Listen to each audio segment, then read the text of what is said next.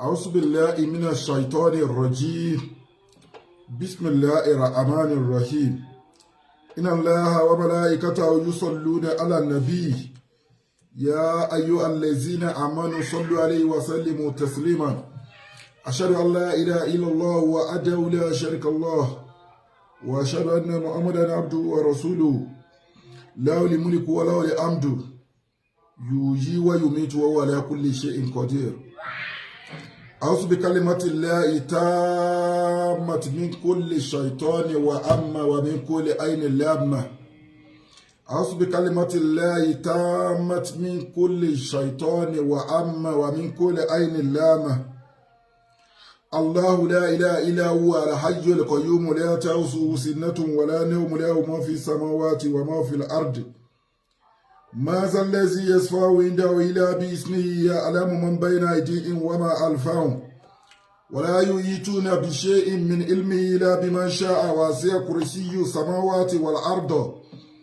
ولا يؤوده حفظهما وهو العلي العظيم بسم الله الرحمن الرحيم قل أعوذ برب الفلق من شر ما خلق ومن شر غاسق إذا وقب ومن شر النفاثات في العقد ومن شر حاسد إذا حسد بسم الله الرحمن الرحيم قل أعوذ برب الناس ملك الناس إله الناس من شر وسواس الناس الذي يوسوس في صدور الناس من الجنات والناس أشهد أن لا إله إلا الله وحده لا شريك له وأشهد أن محمدا عبده ورسوله له الملك وله الحمد يحيي ويميت وهو على كل شيء قدير إن العزة لله جميعا gbogbo agbára Ọlọ́run ọba ló ní o síwájú ká tó tẹ̀síwájú program wa assalamu alaikum wa rahmatullahi wa barakatuh àfáà sheikh wa ustaz tajudeen àti gbogbo ẹ̀yin tẹ́ ń wọlé assalamu alaikum wa rahmatullahi wa barakatuh ẹ farabalẹ̀ kẹ́ bá wa share fídíò ní ẹ ti rí tọ́pìkì tá a kọ síbẹ̀ àwọn nǹkan tá a bá fi ṣe ìdánilẹ́kọ̀ọ́ nìyẹn ẹlẹ́kejì àwọn tó ń gbogbo ẹ̀yin tẹ́ ń dá sí tọ́lọ́run ọba Ọlọ́run máa fi lọ́pọ̀ ìlọ́pọ̀ rọ́pò fún yín àfáà wa Mr. Oyekola Ọlánrewájú wọ́n fún àwọn ọmọ aláìní ní 100,000 naira àtàwọn opó àtètò ẹ̀sìn generally charity account so àfáà wa Mr. Ahmed olórúkọ mi Ahmed Said Mr. Ahmed Said wọ́n fún àwọn ọmọ aláìní charity account wọ́n fún wọn ní 100,000 àti gbogbo àwọn èèyàn míì náà tí wọ́n ní ká má dárúkọ wọn Ọlọ́run ọba mọ̀ yín gbogbo ẹni tẹ́ ń dá sí tọ́lọ́run àfáà ustaz wa Yusuf Tajudeen àwọn náà almost every day ni wọ́n ń dá sí tọ́lọ́run Ọlọ́run ọba gbàdúrà yín so Ọlọ́run dídójú tì yín gbogbo mufẹ́mufẹ́ nìkọ̀kan yín Ọlọ́run bá yín fẹ́ mukọ̀mukọ̀ Ọlọ́run bá yín kọ́ Ọlọ́run bá tún gbogbo àwọn tó wọn Ọlọ́run fún lárísìkí tí wọ́n wá ná ní kọ̀rọ̀ tí wọ́n ná gbagba sójú ọ̀nà Ọlọ́run lòun ò ní dẹ́rù bà wọ́n àyà òdẹ ní já wọn òun dẹ̀ máa dúró tì wọ́n ẹ̀san wọn dẹ̀ tún bẹ lọ́dọ̀ òun Ọlọ́run bàbá mi san yín lẹ́san lóore so gbogbo ẹ̀yin tẹ́ ń dá sítọ̀ àwọn aláìní ẹ dákun ẹ máa dá sí Ọlọ́run máa gbé yín ga bákan náà ni a dẹ̀ ní Hajj àti Umurah ní organization wa so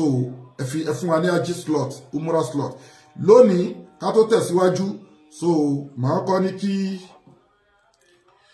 ìyàwó mi sálámọ̀ sí yín so ẹ mọ̀ pé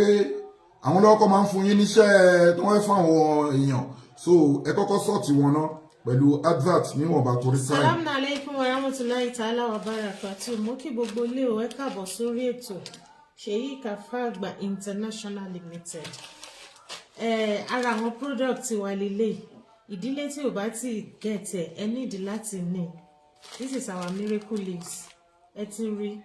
egbògi tó dájú ni ewé tànàbí Muhammad sallallahu ta'ala alaihi wasallam tó prescribe fún wa ni kò sí nǹkan tí ò gbọ́ àìmọye àìsàn ló ń ṣe ẹ̀dá tó ṣe pé àwọn difficult ailments tó ṣe pé wàá máa ṣàlàyé ẹ̀ lọ hospital gan-an wọ́n á kàn ṣáà máa fún yàn ní nǹkan tó máa jẹ́ kí èèyàn wà relief pẹ̀lú pain ni àwọn gan ò ní lè sọ pé nǹkan báyìí ni sickness tó bá ti rí bẹ́ẹ̀ yẹn àwọn nǹkan tó dẹ̀ sábà máa ń rí bẹ́ẹ̀ yẹn òun ni bóyá kéèyàn máa ní problem pẹ̀lú ara ríro àwọn joint kan kó máa dùn yàn kọ́wọ́ máa wà stiff látojú oorun kéèyàn má wà òkè gbogbo nǹkan tó bá ti rí bẹ́ẹ̀ yẹn ẹ ti mọ̀ pé inú ló ti wá àwọn ìpèníjà kan wà nínú ara tó ṣe wípé ó difficult ailment ni wọ́n ẹni tó ní àkàn máa jẹ̀rora lára ni wọn ò ní really lè diagnose tó bá ti rí bẹ́ẹ̀ yẹn miracle leaves lẹ need nǹkan tó ń cause problem yẹn àti inú ló ti wá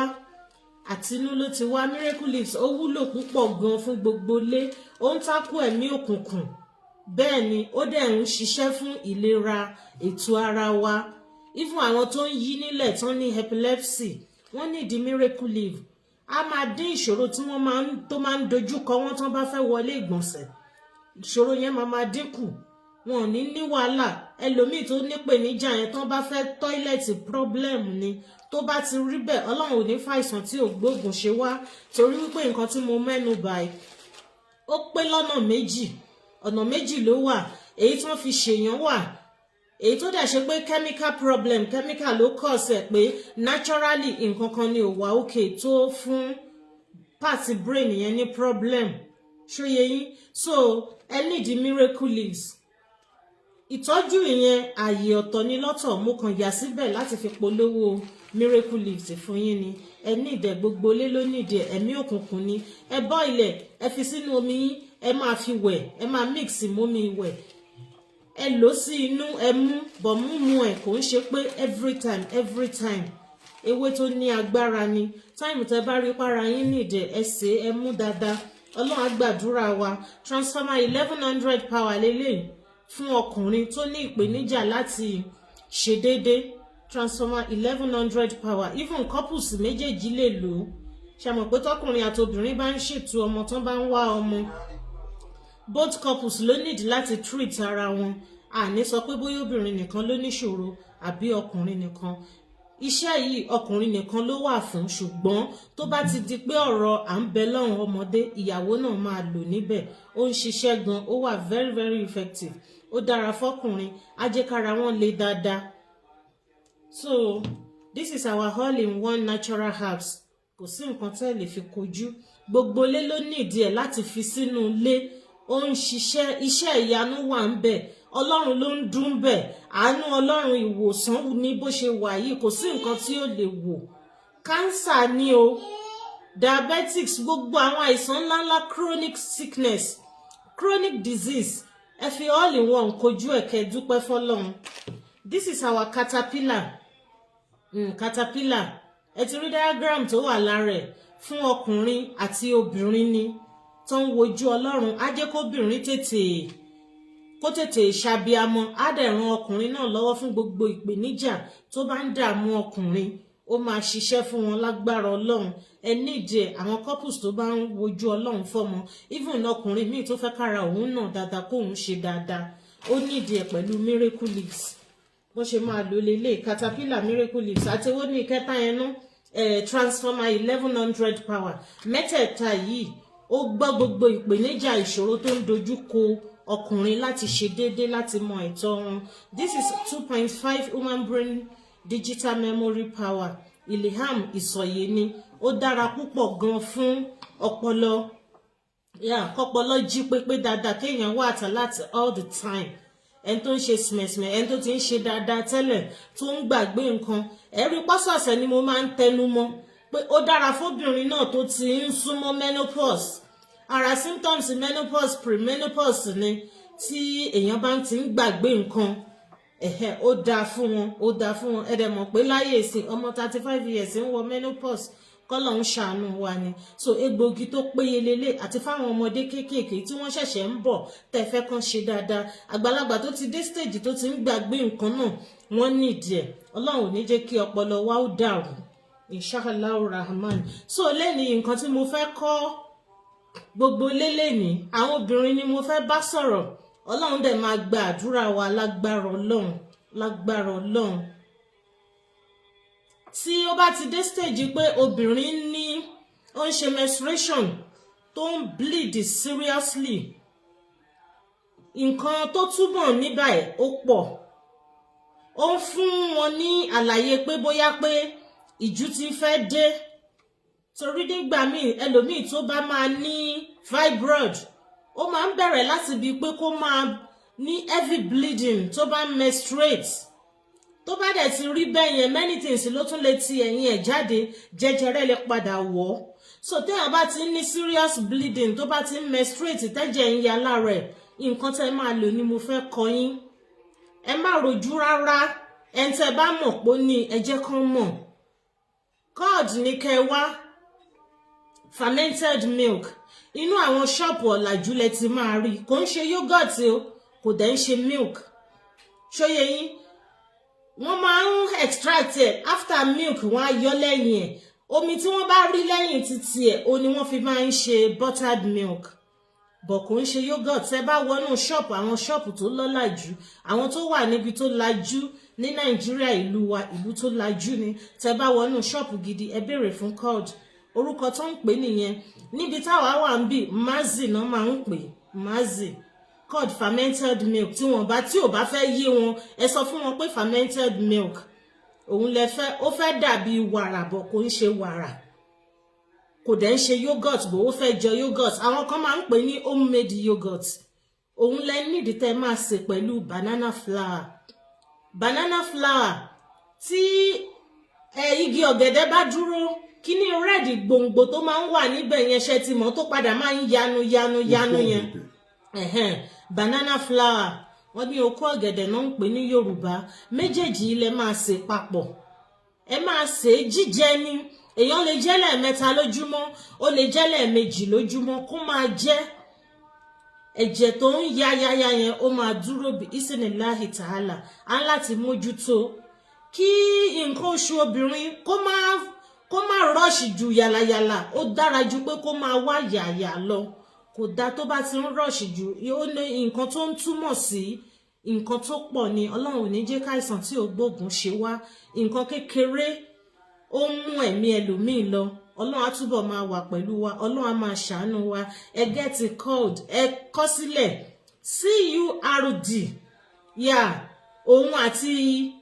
okó ọ̀gẹ̀dẹ̀ lẹ máa sè papọ̀ jíjẹ̀dẹ̀ ni tẹ bá ti sè ẹ kúkú ẹ nínú pot ẹ máa pu gold sí ẹ máa get banana flour ẹ sè ẹ máa jẹ kò wà poisonous téèyàn bá ti sè pẹ̀lú nǹkan tí mo fún yín yẹn ẹ̀jẹ̀ yẹn máa dúró kò ní máa ya mọ́ Ọlọ́run á gbàdúrà wa o àìsàn tí ò gbóògùn ò ní ṣe wá bí isinilahi ta'ala so bó ṣe jẹ́ nìyẹn fún àwa obìnrin lẹ́ni yìí ẹ ṣé púpọ̀ Ọlọ́run á túbọ̀ máa wà pẹ̀lú gbogbo wa. Assalamu alaikum warahmatullahi wabarakatuh. Inna al-izzata lillahi jami'an. Gbogbo agbára Ọlọ́run bá ló ní o. Gbogbo àtàwà lórí online àmì lọ sí comment àríra wa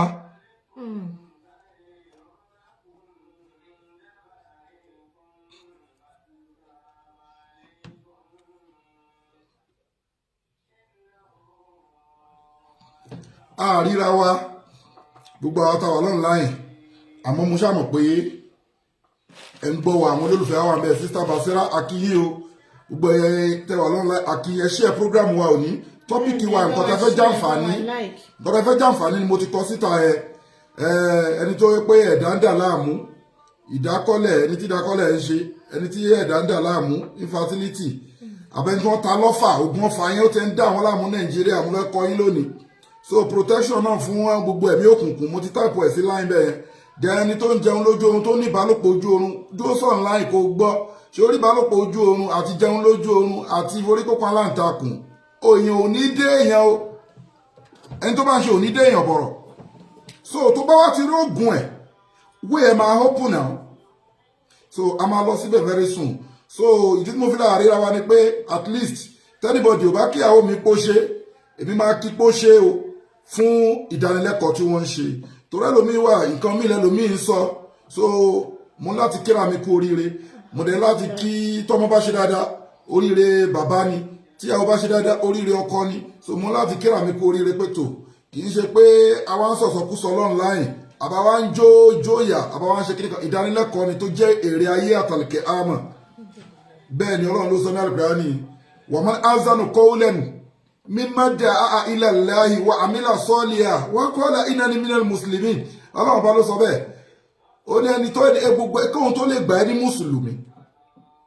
wa man ahsanu qawlan mimman da'a ila Allahi gbogbo ẹni tó pé gbogbo ọ̀rọ̀ tó ń jáde lẹ́nu ẹ̀ ọ̀rọ̀ tó ń sọ mimman da'a ila Allahi tó ń bá àwọn èèyàn sọ ó máa ń dàrẹ́ẹ̀tì àwọn èèyàn wá sọ́dọ̀ Ọlọ́run ní gbogbo ọ̀rọ̀ tó ń jáde lẹ́nu ẹ̀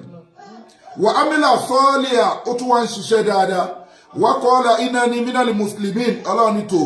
ìgbà yẹn ni mo tó máa pè é ní mùsùlùmí pé onígbàgbọ́ òdodo ni ẹ́. So alhamdulillah, so thank you very much, jazakallah kulla khairin. So bonito ó ti jọ́rọ́ bá ti tí wọ́n bá ti lọ Mẹ́kà kí n tó máa pè lálàájá àmọ́ for now èmi ò mọ̀ pé ìyàwó mi ẹni tí ó bá dẹ̀ níyàwó kó tètè lọ máa rí gbòtò ó dá kíyàn níyàwó nínú ẹ̀sìn Islam àwọn àtàjẹ́ mùsùlùmí torí ètò Islam ni àmọ́ gbogbo ayé la fẹ́ kó jàǹfààní bẹ̀. àná Muhammad sallallahu ta'ala alaihi wasallam ó jẹ́ ká mọ̀ pé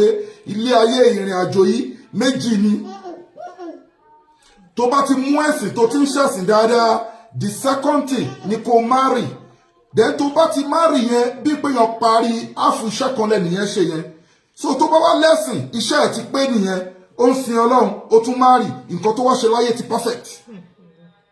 So marriage is very very important. So lónìí ibi tá fẹ́ lọ ni pé kó má ti máa rẹ ẹ̀yin èèyàn kí n kọ́kọ́ kọ́ wa ní oògùn ọ̀fà yìí. tó bá tàyàn lọ́fà ṣe ọ̀pọ̀ ọ̀fà póríṣiríṣi, ìmí máa ń ní ojú, ìmí kì í ní ojú. Ìmí ọmọ onílé, èyí tó bá fi rán ọmọ onílé síyàn, ẹmọ ọmọ onílé gecko àbí jẹ́kò dẹ̀ ló ń jẹ́. So iṣẹ́ tó bá fi rán síyàn yóò bú yàn jẹ lójú oorun ni, torí kì í dédé kéèyàn jẹ. Òun náà ọmọ onílé iná ló máa fi ń ṣe ọ̀rìnrìn tó máa ń rìnyàn mọ́lẹ̀ tó pé òní lè sọ̀rọ̀, òní lè gbápá, wàá dẹ̀ ti jí sára, òní lè ṣe nǹkan tó ẹ̀wà máa wòyàn báyìí. ọ̀rìnrìn yẹn lá ń sọ pé òun náà kì í jẹ́ kíyàn tó ẹgbẹ́. So live there. So òun náà kì í jẹ́ kíyàn tó ẹgbẹ́. So ọ̀rìnrìn yẹn ọmọ onílé náà wọ́n máa fi ràn ní yóò fi dá kó máa wà nínú ilé, tó bá wà nínú ilé tó bá wà kíyàn máa make sure pé kò síbẹ̀, torí tó bá fi lè fọ́ọ̀lù sí ibi ìgbèrí, tó bá rán sí yẹn ibi ìgbèrí ló sábà máa ń fọ́ọ̀lù sí, and you won't see it, tó máa wà ní hidden place. So òun ló máa ń ẹtí ọ̀dọ́ sáà ara ẹni wọ́n máa ń gbà jáde wá báyìí tó bá sùn sílẹ̀ tí ọ̀rìnrìn máa rìn mọ́lẹ̀. Bẹ́ẹ̀ náà ni ọ̀fà ọmọ onílé náà ló máa gé ẹni tọ́fà tí wọ́n ta lọ́fà jẹ. Mo fi lọ́fà yẹn póríṣiríṣi, ìmíwà wọn máa sẹ́ǹdì ẹ̀ sójìjí èèyàn ni, ṣáájú èèyàn ni wọ́n máa sẹ́ǹdì ẹ̀ sí. Ògùn ẹni máa fẹ́ kọ yìí, ó lójú kò lójú, wọ́n máa ń pè kọ́ wọ́n lọ́fà ayé. Ọfà ayé èèyàn òun tiẹ̀ tó bá báyàn, torí ẹlòmíì máa kọ́ pé àwọn táwọn lọ́fà ni wọ́n ta lọ́fà, máa sọ pé lọ́mọ jẹ́ kí wọ́n ta lọ́fà o. Ọfà confam tó bá tàyàn lọ́fà ayé confam, ó pẹ́ jù lẹ́nìí yẹn, ó bó ṣe òkó strong tó, ó pẹ́ jù àárín oṣù mẹ́fà kúrò láyé. So àwọn èèyàn máa ń pè mí síṣẹ́ ìta ń ṣe ike ẹ̀ẹ́dẹ̀wọ̀n owó tàbí lọ́fà máa rẹ́rìn-ín. Ọlọ́mọ jẹ́ kó mọ̀ nǹkan tó ń jọ́fà, ìmí àní wọ́n sọ òun láta. So tó bá ti rí little symptoms bíi rashes àbí nǹkan míì sọ pé wọn kì í da àwọn nǹkan wọ̀nyẹn náà lù yọ. Ẹ́ńsímà wọ́n fi ń ṣèyàn o, ẹ́ńsímà ó wà nínú ẹ̀kọ́ spiritual. But nǹkan tí mo sọ pé wọ́n ta mí lọ́fà, wọ́n ta mí láta, no. Nǹkan tó tọ̀ fún ní tọ́pẹ́ tó bá kàyàn ní bọ́dì wàhálà ni. So ẹ gbìyànjú, ẹ máa lọ sí di igi kan tá ń pè ní ògìrì ṣákọ́. Ìdí tí mo fi fẹ́ máa ṣàlàyé díẹ̀ ni pé káwọn èèyàn máa wò pé wọ́n á kàn bọ́ online, á kàn máa kọ́yàn kan lọ, ó lè béèrè question o. Wà máa ń hú tí tún mílẹ̀ ilmi ilé akọ̀ nílẹ̀ ọlọ́lọ́pàá tó ní mímọ̀ tán. Àmọ́ ní láyìn tí mo ń ṣe yìí, alhamdulillah, adúpẹ́, torí ọlọ́rọ̀pá ló ṣe bẹ́ẹ̀ fáwa èèyàn. So ti máa sọ pé alhamdulillah láyìn tí mo wà pé mo ní knowledge níwọ̀n bá ń bẹ̀, ọlọ́run ló sọ bẹ́ẹ̀. Inna aradna al-amana ala samawati wal ardi wal jibali fambayna an ya'milnaha wa ashfaqna minha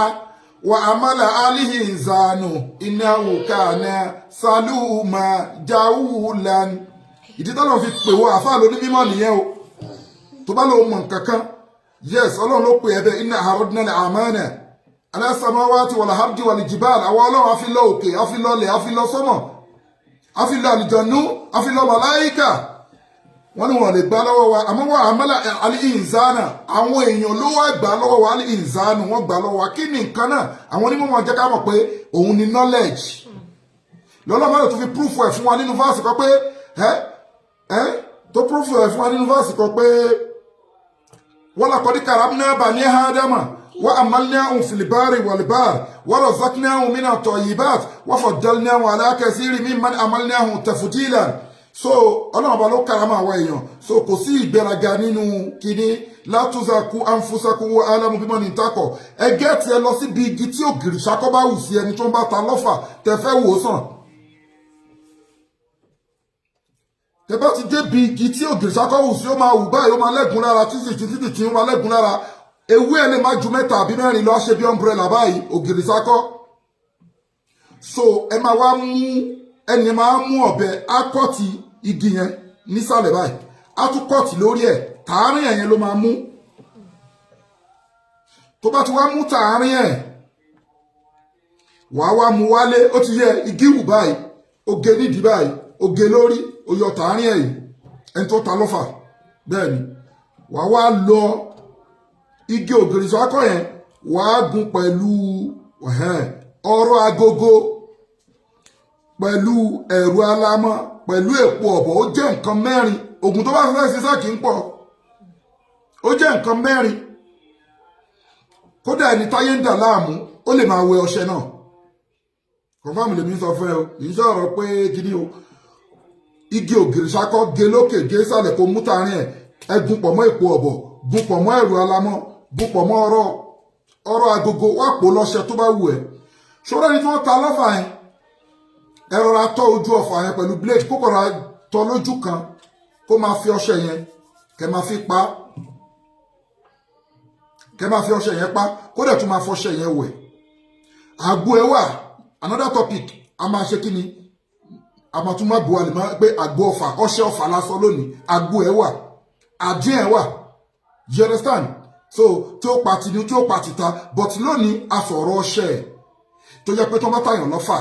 àbó ti rí pé bá wọn dá láta anything kan tí wọ́n bá ń sọ̀yàn ní o lè fọṣẹ ipa yóò gbẹ dànù ni kódà ṣó mọ̀ pé rashisi tí wọ́n ń pè rashisi tó òyìnbó kó bá wa díẹ̀ o èdè wọn sì ní ẹlòmíì máa wò pé eczema just like that ẹlòmíì á rò pé rashisi just like that ẹlòmíì á rò pé infection just like that ẹni tó bá rìn nínú spiritual world gbogbo nǹkan wọ̀nyí wọ́n máa fi ń ṣèyàn wọ́n á da fòbó ifo òun ló ń jẹ́ eczema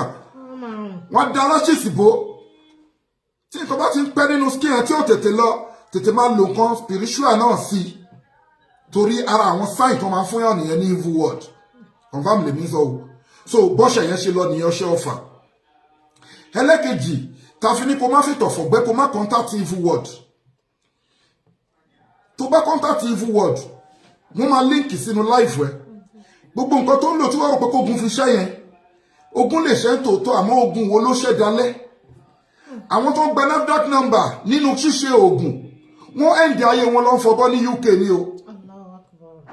àwọn alájà kan wà láyé ìgbà kan táwọn àwọn kékeré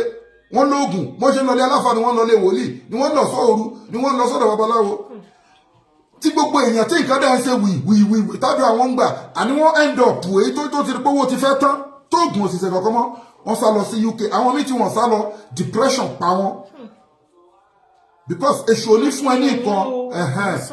èṣù òní àfihàn èṣù òní gba nǹkan lọ́wọ́ ẹ kó máa exchange mo fi fún ẹ lẹ́sàmpù last week pé o pe kápẹ́ńtà kó wá bá ẹ̀ kan lé jọ ìgbà tó kan lé tọ́ṣù òní sanwó fún un tọ́lọ́dẹ̀ ti sọ fún ẹ pé yá máa aṣáára lè jìnnà wal ins kọ́dís taxari tó mínà lè ins ẹ̀yin àlejò ọ̀nù wá ìtẹ̀síwá bá yé àwọn èèyàn jẹ́ bí eléyìí tẹ̀sù náà bá dẹ̀ fẹ́ sọ̀rọ̀ ní Suratu Yunus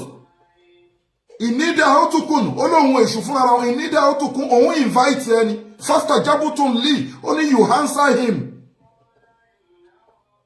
so falata liumuni má blame ẹni èṣù lónìí o wálé umu àǹfùsáhùn blame ara ẹ because ẹjọ́ ṣe trade by barter àṣetọ́nù ya ìdúkùn ní fákìrọ̀ wọ̀nyá múrùkùn bí fàṣà ẹ ṣe ẹ programu yìí ibi tọ́lọ̀ ń bá wà èrò kí pọ̀ ń bẹ́ o àwọn olè máa kọ́ yín ní oògùn ká máa sọ̀rọ̀ ọlọ́run ọ̀rọ̀ ọlọ́run là ń sọ mọ̀nà báwo ló ṣe fẹ́ lò bóyá fẹ́ ṣiṣẹ́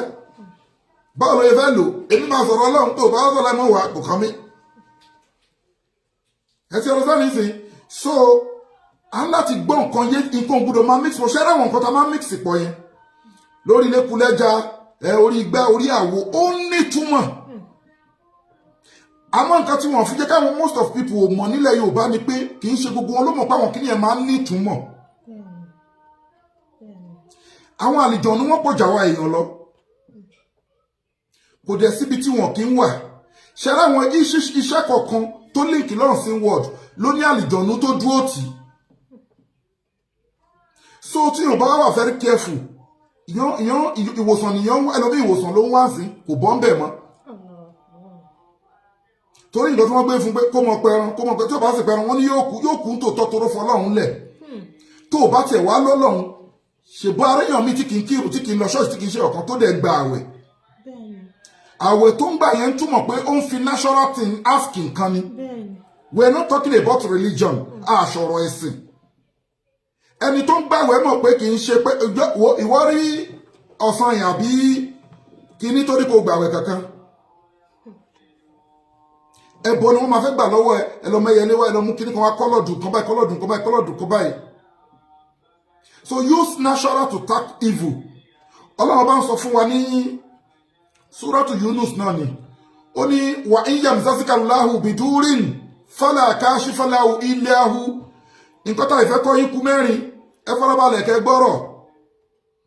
Ọlọ́run bá ní pé tóun bá fọwọ́ ìnira kànyàn báyìí gbogbo owó tó bá òkú máa gbọ́ mi lónìí Ọlọ́run tóun bá fọwọ́ ìnira kan èèyàn báyìí fala kashifa lahu illa hu òun ò mẹ́ni tó ti lè mú ìnira yẹn kúrò fún. Ṣó ti wá rí pé ìdí tí ẹni tó lọ ń béèrè nǹkan náà sí word tó ń gbẹ́bọ sóríta tó ń pọ̀ rókò tó ń forí balẹ̀ tó ń pọn adìyẹ sẹ́yìn tó ń bọ nàná kùkù ìdí tí ò fi bọ́ nínú pírọ́blẹ́mù dòní nìyẹn o. Torí pé kò seek refugee from the right source. Kì í ṣàrọ̀ pé mo mọ kí ó lélẹ́yìí there is natural stuff Christian ń gbàwẹ̀ ẹlẹ́sìn ní gbàwẹ̀ kò sẹ́ni tí ò mọ àwẹ̀. Ìdà ogun tó lágbára ni tó jẹ́ pé natural ni. Àtàwọn materials míì wà tọ́lọ̀ ṣe wo seitun táwọn ṣọ́ọ̀ṣì máa ń lò yẹn olive oil àwa mùsùlùmí la ní olivers wàtíìnì wà seitun. That is what is natural. Tó o bá mọ̀ bí wọ́n ṣe ń lò ní kò béèrè fọ́sí àlọ́lá tí kiri ń kún tó lẹ́yà tó alámùn. A lè fi dé oríṣiríṣi ara a lè fi yọ àìsàn kúrò lára èèyàn a lè fi jẹ́kẹ́ni tí wọ́n gbédè tí wọ́n ní wọ́n fòkàn aláàtakùn dèèyàn pé kò rí ṣe a lè fi túlẹ̀ virgin olive oil Suratu Tin lọ́gbọ́n nǹkan tọ́lọ̀ ń sọ nípa ẹ̀ Ọlọ́run ló ń búra pẹ̀lú ẹ̀ ni àṣẹ Ọlọ́run wà lórí ẹ̀ wàtíìnì wà seitun Ọlọ́run búra pẹ̀lú ẹ̀fẹ̀ so àṣẹ Ọlọ́run ti wà ń bẹ̀ bẹ́ẹ̀ náà ni àwọn some days nínú ọjọ́ ayé tó jẹ́ pé kí ni Ọlọ́run sáyẹ̀nsì ṣùgbọ́n kì í ṣiṣẹ́ ẹ̀ bẹ́ẹ̀ náà ni nínú àwọn ọjọ́ gbogbo táìmù ẹni ti gbárò yẹn ni gbogbo táìmù ló ń gbọ́ but àwọn táìmù kan wà tí wọ́n gbọ́dọ̀ máa target and natural stuff to face evil wọ́n á rí pé tó bá ń gbàwẹ̀ gan ọ̀tá máa ń sá fún yàn mo kàn ń lo àwẹ̀ ní o torí pé mo rí pé èrò pọ̀ tó jẹ sínú àwẹ̀ ni nǹkan pọ̀ tó jẹ́ natural ẹ wo ru oyin nísìn ẹnìkan nínú ń dùn òun wọ́n gbé lọ bá Muhammad sallallahu ta'ala alayhi wa sallam ó nínú ń dùn òun ànábì ni pé wọ́n kó lọ mu oyin original ó mu oyin ó tún padà wá bá ànábì ó nínú yẹn ò tí ì lọ ànábì tún ní kó lọ mu oyin sallallahu ta'ala alayhi wa sallam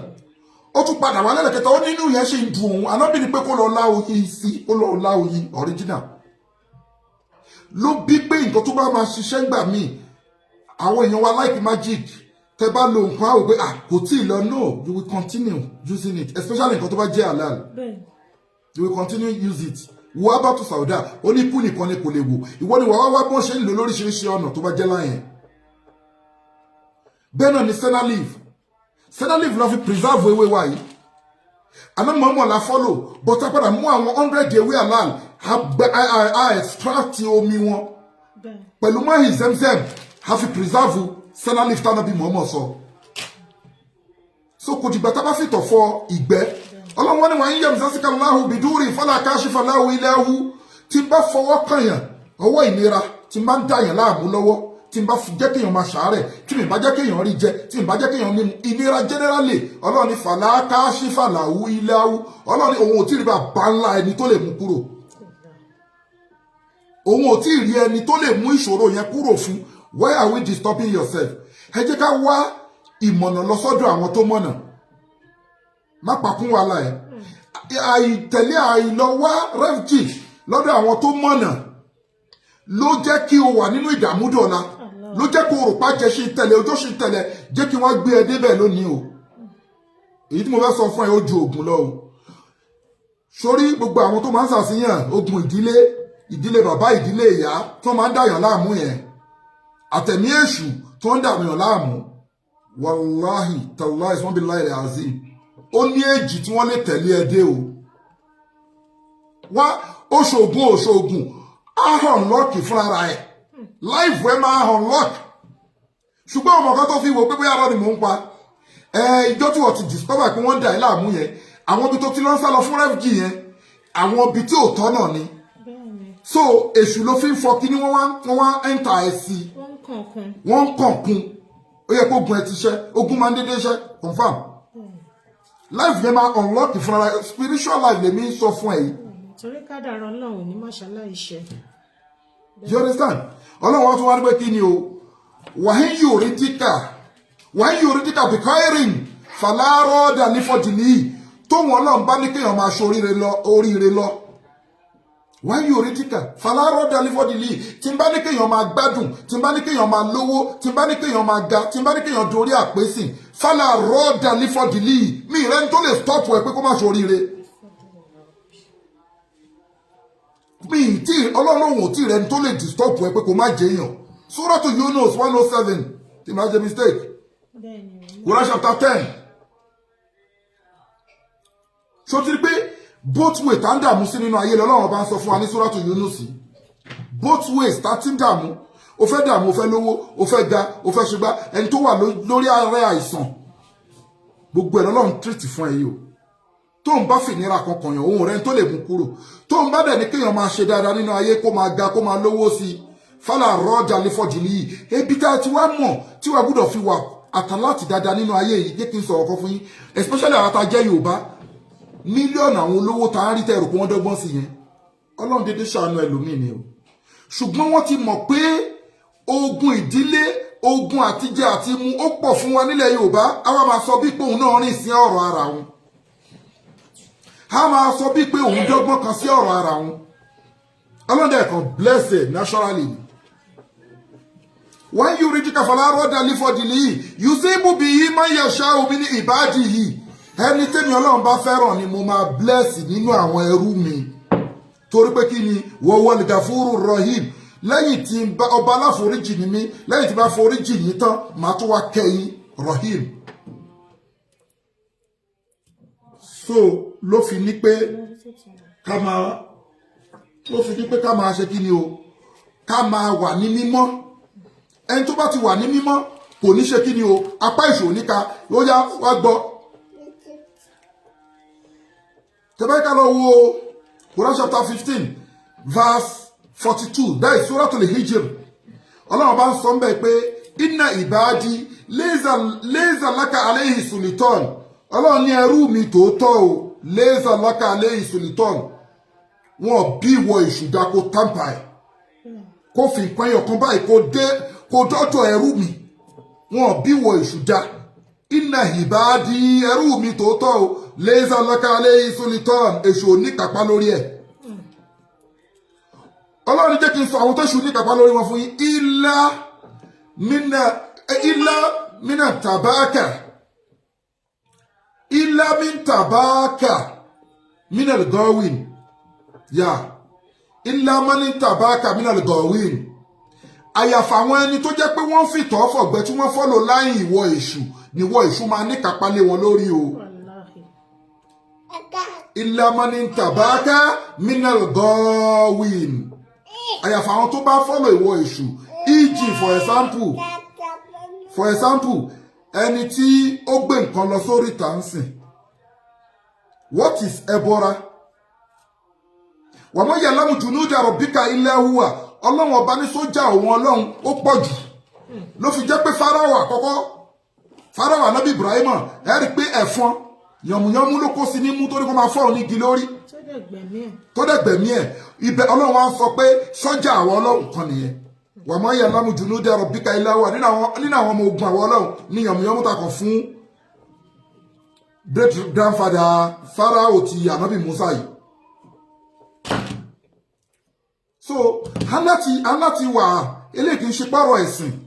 má lọ kọ́ńtàtì evil pé kó wá yọ ẹ tó bá ti wà ń bẹ̀ ó máa sínkì sínú ẹ̀ forever ni ló fi jẹ́ pé mo sọ pé ológun máa rìn kú ni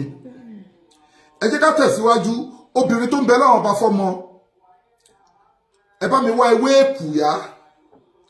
èkùyá ó máa ń tutù ibi tó bá wà báyìí á tutù fúláwà ti tiẹ̀ máa ń funfun díẹ̀díẹ̀ báyìí pẹ̀lú ewé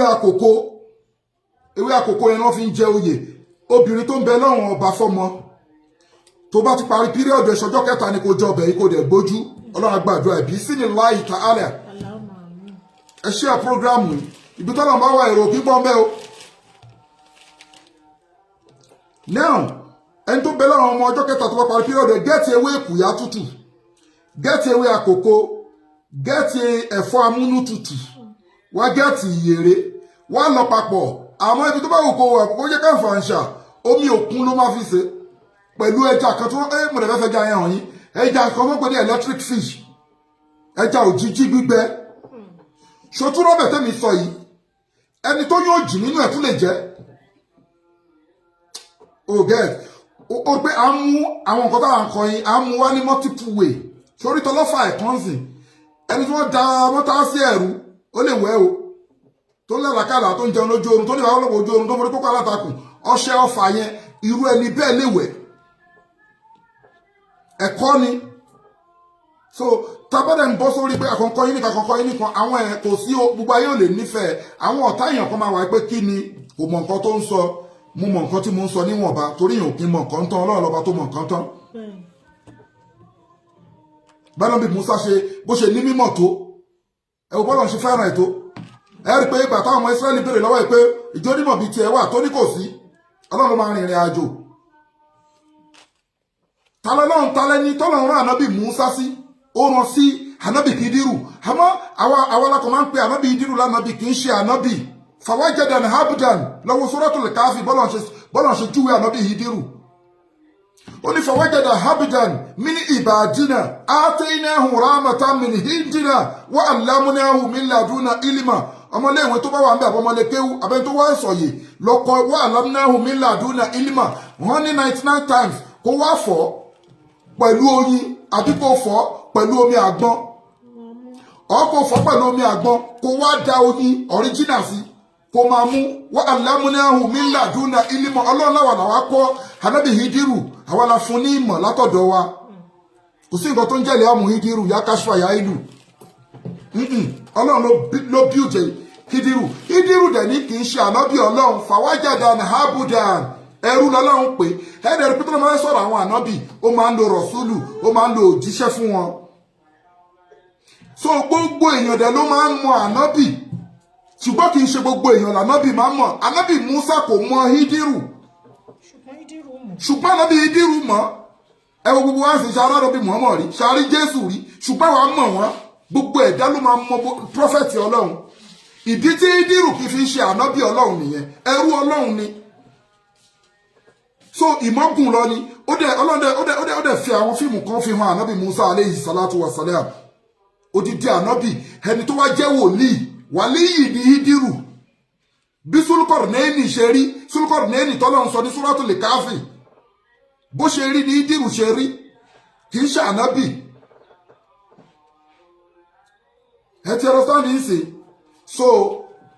ìmọ̀gùn lọ ni so èyí tẹ́mi ń ṣe yìí I have little knowledge about it. So, wọ́n gẹ̀ẹ́tì ewé èkùyá àti ewé àkókò àti ewé ẹ̀fọ́ amúnútutù pẹ̀lú ìyèrè pẹ̀lú omi bíṣì omi òkun. Tó bá ti lọ ewé èkùyá yẹn àti ewé àkókò àti ẹ̀fọ́ amúnútutù àti ìyèrè wàá lọ kúnná dáadáa wàá fa sínú kòkò wàá wá fọ it will fall down now. Wàá wá fọ wàá fọ sínú wàá dà sínú pọ́ọ̀tù FCC wàá wá ṣan ẹja yẹn nu ẹja òjijì electric fish gbígbẹ kò bá jẹ́ yọ̀kan kò bá jẹ́ méjì wàá wá fi sínú ẹ̀ irú ò ní lọ irú ẹ̀ wàá darú yẹn sí ni ẹni tí ó ní miscarriage ó lè jẹ ọbẹ̀ yìí ẹni tí oyún ò jìn nínú ẹ̀ ó lè jẹ ọbẹ̀ yìí ẹni tó ń bẹ lọ́wọ́ ọba fún ọmọ ó lè jẹ ọbẹ̀ yìí Allah Akbar lẹ́ẹ̀kan sí ẹni tó ń bẹ lọ́wọ́ ọba fọ́mọ abẹ́ni tó sábà máa ń ní miscarriage abẹ́ni tí oyún ò jìn nínú ẹ̀ gẹ́ẹ̀tì you will fall down the man So you will get mageti ewé èkùyá, ewé àkókò, ewé ẹ̀fọ́ amúnútutù, ìyèré, ẹ lọ mẹ́rẹ̀ẹ̀rin papọ̀ ẹ fà sínú pọ́ọ̀tù, ẹ mú ẹja òjijì ẹ̀fọ́ ẹ fi sínú ẹ̀. Ẹ wá mú omi òkun, omi beach, òun lẹ bá fi sí ọbẹ̀ yẹn. Ó ṣiṣẹ́ fún nǹkan mẹ́tẹ̀ẹ̀ta yẹn. Ẹ jọ̀ọ́ tẹ́ bá enjoy program wa ẹ jẹ́ já mọ́ o. Tẹ́ bá ń gbádùn wa ẹ jọ̀ọ́ táìpù. Ṣé gbọ́ iṣẹ́ tí mo sọ, iṣẹ́ gbọ́ yé tí mo yẹ̀yẹ̀ sọ tán sí ká bọ́ sí mi. Tẹ́ bá gbọ́ iṣẹ́ tá a sọ iye, ẹ jẹ́ ká bọ́ sí mi, ẹ táìpù yẹ́ sí pé gbọ́ yé, ẹ dẹ̀ share program yẹn.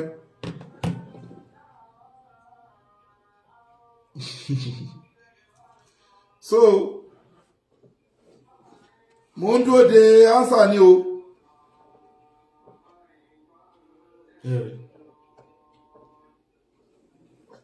Okay, so kí n continue àbí? Sit down. So, àti kọ́ra lóògùn Ọ̀fà, àti kọ́ra lóògùn obìnrin tó ń bẹ lọ́rùn ọba fún ọmọ. Yes. Ẹ jẹ́ kí n tún kọ́ yín lẹ́yọ̀kan sí. Ṣé wọn pé nǹkan tá a fẹ́ kọ́ra wá pọ̀? So, ẹ jẹ́ kí n tún kọ́ yín lẹ́yọ̀kan sí. Ọkùnrin tí ò bá lè perform dáadáa, bóyá ó fi pé bóyá wọ́n mú ni, bóyá ó dẹ̀ ń wò pé bóyá kò ṣáà lè perform dáadáa, alẹ́ àbáróbò sá ń dà láàmú àbí Ìdákọ́lẹ̀ ń dà láàmú, gbìyànjú kó wá orógbó gbígbẹ pẹ̀lú igi kan tó ń pè ní akọgùn lọ́dọ̀ àwọn eléwé ọmọ. Orógbó gbígbẹ pẹ̀lú igi akọgùn yìí wá wá lọ kúnná dáadáa pẹ̀lú kànáfùrù clove. Orógbó gbígbẹ, kànáfùrù, igi akọgùn, ẹ lọ kó di powder. Tó bá ti di powder, ẹ lọ sọ́dọ̀ àwọn eléwé ọmọ, wọ́n ń pè kíní kan ní sámíà. Yorùbá a máa ń pè ní àjàgbọ́n. Sámíà làwúsá ń pè, a máa ń pè ní àjàgbọ́n. Ṣẹ́rí àjàgbọ́n yẹn ó dàbí èso, bí pé nǹkan yí lára, bí pé nǹkan black yí lára báyìí, ó dàbí èso. So bí pé nǹkan yí lára, tẹ bá ti lọ rà lọ́dọ̀ àwọn eléwé ọmọ, ẹ sókè sómi, ẹ ṣe bí pé ń fọ́, ẹ máa bí pé fẹ́ fọ gbogbo sídìí yẹn kúrò ń bẹ̀. Tẹ bá ti fọ́, tẹ bomi tó pọ̀, ó máa ń kan lẹ́nu bí omi dùn. Ẹ wá síìvù ẹ síìvù ìdọ̀tí ẹ rọ omi yẹn sínú 5 litre keg. Ìwọ tí Ìdákọ́lẹ̀ ń dà láàmú lọ́kùnrin, àbó rò pé wọ́n mú nǹkan ọmọkùnrin ẹ, àbí ò lè ṣe déédé. Ẹ get, ó láwọn ìpèníjà, èyíkéyìí nínú ìpèníjà lórí nǹkan ọlọ́mọkùnrin dé ni. Yes, alẹ́ bẹ́ẹ̀ ni Ìdákọ́lẹ̀, arógbòsá àti bẹ́ẹ̀ bẹ́ẹ̀ lọ. Wà á lọ orógbó gbígbẹ pẹ̀lú akọgùn pẹ̀lú kànáfùrù, wà á lọ mẹ́tẹ̀ẹ̀ta kúnná bíi powder, wà á lọ ra àjàgbọ́n lọ́dọ̀ àwọn eléwé ọmọ tá ń pè ní sámíà. Wà á wá fọ sómi, wà á fọwọ́ ṣe, wà á wá fi sieve asẹ́, wà á wá fi sẹ́ àwọn síìdì àtàwọn bí okùn tó wà lára asẹ́ dànù, omi yẹn á neat, wà á wá rọ sínú 5 litre keg. Glass cup kan, tó bá ti bu glass cup sámíà ṣọ́ ẹ̀kọ́ ti preserve 5 litre, tó bá ti bu sínú kọ́pù tó fẹ́ fi mú, wà á wá bu ṣíbí kan nínú powder yẹn. Powder tó sílẹ̀ yẹn, wà á bu ṣíbí kan láàárọ̀, wà á mix ẹ̀ pẹ̀lú ẹ̀, wà á dààmú láàárọ̀. Alẹ́ náà ṣíbí kan pẹ̀lú kọ́pù kan nínú sámíà yẹn, bí wàá ṣe máa lò nìyẹn. Tested and confirmed, àmọ́ náà ń confirm jùlọ o. So nǹkan márùn-ún la dẹ̀ fẹ́ kọ́ ra wa, èyí tí ìyàwó mi kọ́ yín ó jẹ́ 6. So a ti kọ́ra wa ní 3 ń bẹ̀ báyìí. A ti kọ́ra wa ní nǹkan lọ́mọkùnrin, a ti kọ́ra wa ní olóyúndé, a ti kọ́ra wa ní tọ́ bá tàyàn lọ́fà. Ó kù 2. Ẹni tó ń jẹun lójú oorun, tó ní ìbálòpọ̀ ojú oorun, tọ́nà tì mọ́ tọ́nà òṣì, òun mo máa ń kọ́ yín last tẹ́ bá rántí. Màá dẹ̀ kọ́ wa ní orúkọ Ọlọ́run kan sí. So 2 ló kù. Kò sẹ́ni tí wọ́n lè possess. Ànábì Muhammad sallallahu ta'ala alayhi wa sallam, wọ́n ń pe arákùnrin kan ní Labid ibn Hazam. Labid ibn Hazam yìí ó mọ Ogun gan. Wọ́n wá fẹ́ sàsánà bí wọ́n lọ bá kókó bá wọn sàsánà bí Muhammad sallallahu ta'ala alayhi wa sallam. Confirm lè ní sọ o. Àdìsí ni ìyá ńlá wa Aisha ló gba àdìsí yẹn wá. Get. So Ànábì Muhammad sallallahu alaihi wasallam ṣẹ́mọ̀ àwọn white irun wọn máa ń gùn kóǹbù tó fi máa ń kóǹbù irun ṣe pé irun ẹ̀ máa já sára kóǹbù so irun ànábì tó ń já sára kóǹbù tó ń lò irun tó ń já síbẹ̀ ni àwọn ọ̀tá ànábì lọ kó wọ́n wá kó lọ fún Labid ibn Hazam Labid ibn Hazam ó wá sa nǹkan sí irun ànábì yẹn ó ṣe ó dì ó ta ní kókó ó wá wá igi làbídùn ẹ̀mọ́ pé igi làbídùn máa ń dàbí igi ọ̀pẹ ni wọ́n fẹ́ jọra bẹ̀t kì í ṣe igi ọ̀pẹ ó wá kọ́ tiẹ̀ ó sí kinní yẹn sínú ẹ̀ ó wé ó wá lọ ṣiṣẹ́ yẹn sí kànga kan tó ń pè ní Darwan ló lọ ṣiṣẹ́ yẹn sí aṣọ lè ṣe wọn pé wọn kì í ṣe ànábì ànábì feel ipe something wrong ṣùgbọ́n feeling tó feel ni pé ọlọ́run gáìdì ẹ̀ láfi ní máfìtọ̀ fọ̀gbẹ́ prophet ni kíní yẹn mú ànábì but kò jẹ́ kó mú nímú nǹkan táwọn yẹn ń fẹ́ for example sí bóyá èèyàn máa ń ka Suratul Fatiha every morning wọ́n wá sàásì pé bóyá kó kú àbí kó rí máa fọ́ so nǹkan kan tẹ́niyẹn kan experience ni pé àdúrà tó ń ṣe ní mo fi ń ṣe sample ni àdúrà tó máa ń ṣe every morning yẹn kò ṣe ó rò pé òun ti ṣe you understand àbó ṣe ó ti ṣe àdúrà àárọ̀ tó máa ń ṣe ó tún wá wò pé ṣé mo ti ṣàdúrà àárọ̀ ṣá ó dẹ̀ ti ṣe so ọ̀rọ̀ tí kíní ẹgbẹ́ affect ànábì nìyẹn so ọ̀la àfi lè sọ pé ó affect ẹ̀ tó rọ́lọ́ ń gáìdì ẹ̀ ibi tí mo wá ń lọ kọ́ yẹn o so kò máa wò pé ó ń sọ pé kò sáyé ayé wà confam o ibi tí mo wá ń lọ kọ́ yẹn o ìyẹn lọ́wọ́ Aisha ni pé ànábì wà lọ́dọ̀ òun ó wá pray ànábì ṣàdúrà títí tó fi sùn ìgbà tí lè máa mọ́ ànábì wá ń sọ fún ìyàwó Aisha pé nǹkan kan wrong pẹ̀lú òun but ọlọ́run ọba ti bá òun ṣẹ́gun nǹkan náà wọ́n á ní kí ni nǹkan náà ó nígbà tó ń sùn sallallahu ta'ala alayhi wa sallam ẹ̀dàkùn àwọn ajá mùsùlùmí ẹjẹ́ ká táìpù sallallahu ta'ala alayhi wa sallam torí gbogbo ìtawà ń sọ yìí nínú ọlá ọlọ́run nínú Ahmad Muhammad ní sallallahu ta'ala alayhi wa sallam wa ma arsalnaka illa rahmatan lil alamin wa ma arsalnaka illa kafatan linnas basira wal nasira òun ni role model wa òun ni wọ́n ní ká tẹ̀lé laqad kana lakum fi rasulillahi uswatun hasana liman kana yarju Allaha wal yawmil akhir wa zakara Allaha kaseera ran mamani Habibullah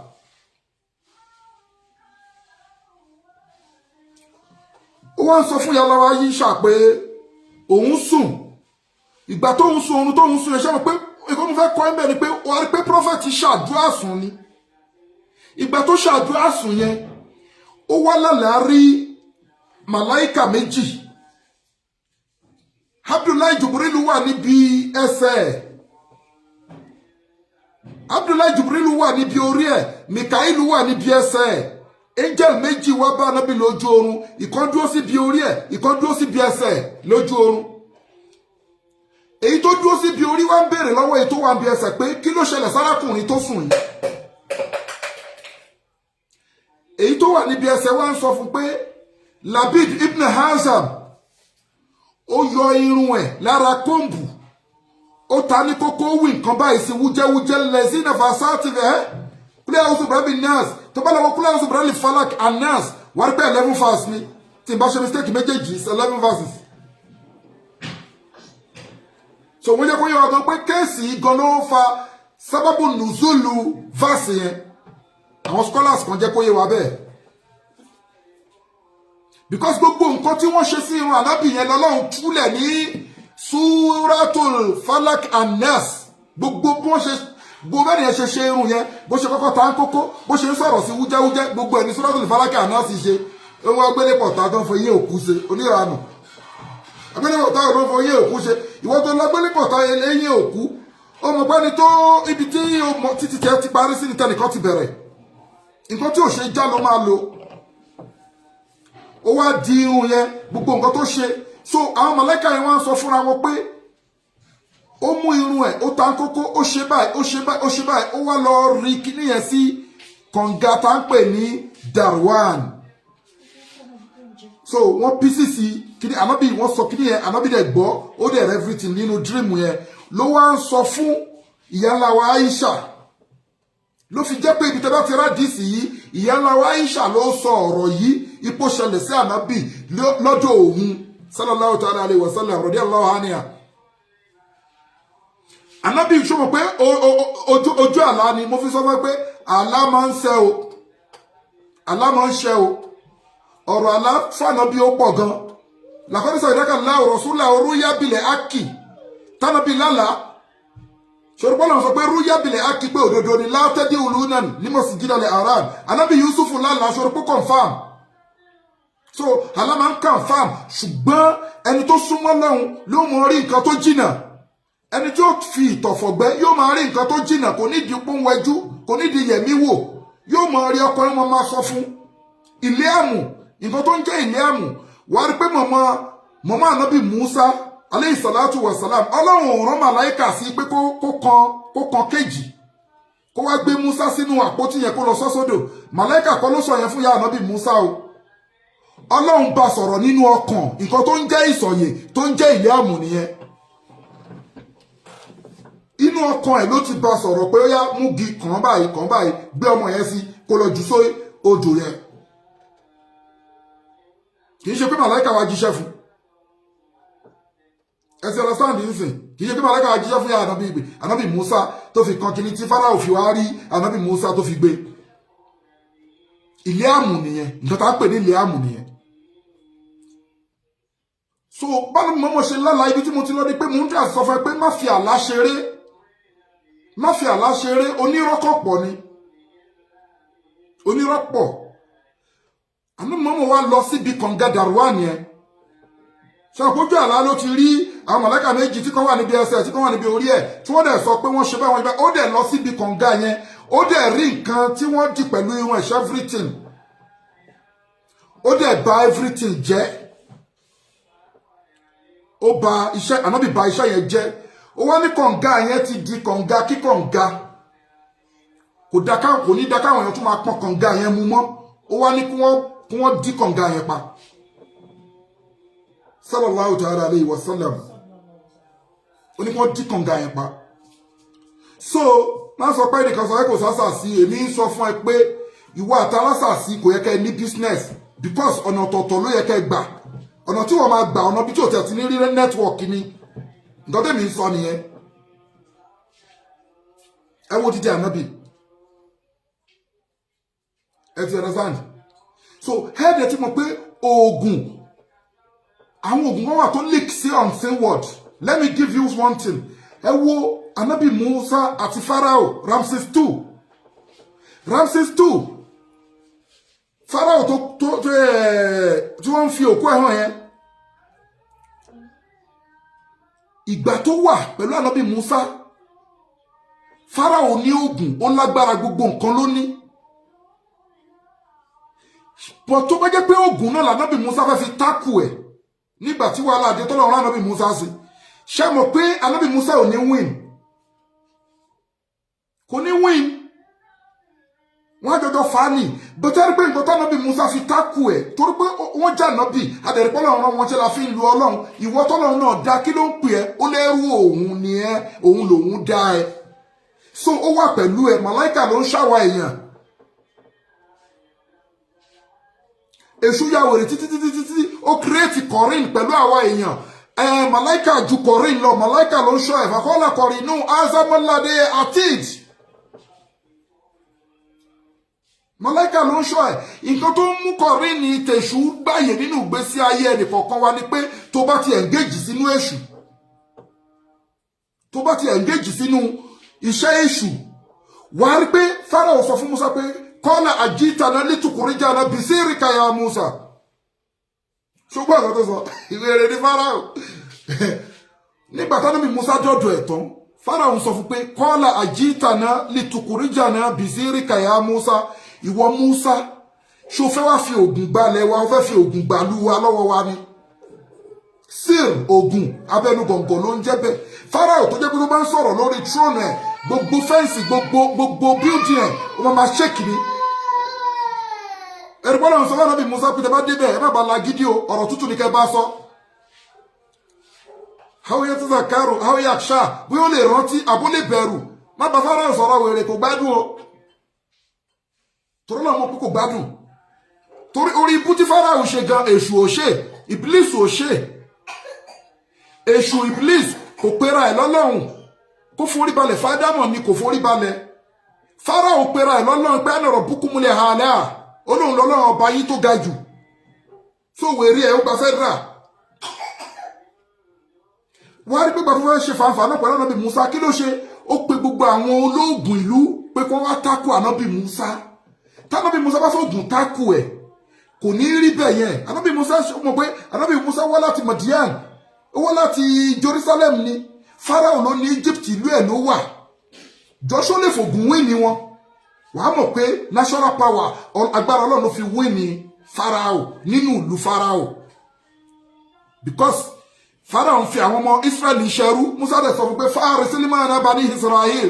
release àwọn ọmọ Israẹli fún mi kí n máa kó wọn lọ lé wa padà. ẹ ti understand nísìnyí kákọ̀ fi ọ̀rọ̀ ogun pé tó wá pé òwò pé ogun lóòótọ́ unseen word táwa ń sọ ìtì wà tipẹ́ òun ló ń jẹ́ máfìtọ̀fọ̀gbẹ́ wà rí pé gbà tó ju ogun táwọn àwọn ológun yẹn náà ń ju kíní wọn sílẹ̀ kì í ṣe ijó entertainment ló ń jẹ́ sír kì í ṣe ijó Professor Pella ogun bí ogun ẹ̀yọ́nú bí awúre bí oṣólẹ̀ òun ló ń jẹ́ sír ogun abẹ́nú gọ̀ǹgọ̀ kì í ṣe idán Professor Pella ni wọ́n sọ entertainment lásán nìyẹn sír ogun kò confam so ẹ jẹ́ ká wà very careful ibi táwọn èèyàn ò ti bọ́ nínú wàhálà nìyẹn o in a natural time natural way ó ṣoògùn ó sáré ó sáré tó bá tó stage kan nínú ìgbésí ayé ẹ àwọn ọ̀tá yẹn nǹkan tí wọ́n ṣe sí yẹn ó máa hàn lọ́ọ̀kì fún ara ẹ̀ wàláì mo kàn já ẹni ó máa hàn lọ́ọ̀kì táìmù tó wá pé ẹni tó wá máa ń rìn ní táìmù tó wá rìn sọ́dọ̀ àfáà kan sí àbọ̀dọ̀ wòlíì kan babaláwo kan tí kíní yẹn fi ṣẹlẹ̀ a máa ní pàfà yẹn gbóná táìmù ni ó ní táìmù tí gbogbo nǹkan yẹn wọ́n ní limit time gbogbo nǹkan tó ń jẹ́ dààmú nínú ayé ẹ̀dá tó jẹ́ pé èèyàn ló fà ó ní limit time tó máa lò ó máa kúrò fún ara ẹ̀ mo fi sọ̀rọ̀ ra wọn last time pé bí òṣùpá ṣe máa ń wọlé yẹn bẹ́ẹ̀ náà ni wọ́n máa ń ti ìràwọ̀ ẹlòmíì wọlé nínú evil world wọ́n fọ́ọ̀sì ìràwọ̀ ẹ̀ wọlé ẹni tó ti lówó adẹni tí ò rí jẹ má dẹni tí ò rí mu mọ́ so fún àwọn àtàjẹ́ mùsùlùmí ẹ bá ká lọ wo Suratu Ghafir chapter 44 verse 44 Ànábì Musa ló sọ ọ̀rọ̀ yìí fún gbogbo wọ́tá mi òkùnkùn bá ń dà láàmú lọ́wọ́ Quran Suratu Ghafir Ànábì Musa ní wa ufawidu amri ila Allah inna Allah basiru bi ibadi wa ufawidu amri ila Allah inna Allah basiru bi ibadi wà á máa ṣe 313 pẹ̀lú yá ayù yá Qayyum 313 yá ayù yá Qayyum 313 wà ó fà wíjú àmúrí ila Allah inna Allah basiru bi ibadi 313 máa make sure kó ń ṣe every day live there ọ̀nà Allah inú àádùn ayọ̀ àkún ẹ̀mí òkùnkùn ló ń ṣiṣẹ́ fún pé wọ́n dáyàn láàmú fáwàtà jáládùá wà ó fàwídù àmúrí ilẹ̀ Allah inna Allah basiru bí ibadi wà á ṣe 313 wà á dẹ̀ ṣe ayù yá Qayyum 313 fún gbogbo ìyẹn ti lọ bẹ́ẹ̀ so fún ẹni tó wá ń jẹun lójú oorun tó ní ìbálòpọ̀ ojú oorun tó ń forí kókó aláǹtakùn tí wọ́n ń dà láàmú aláwọn special powder táwa ń tà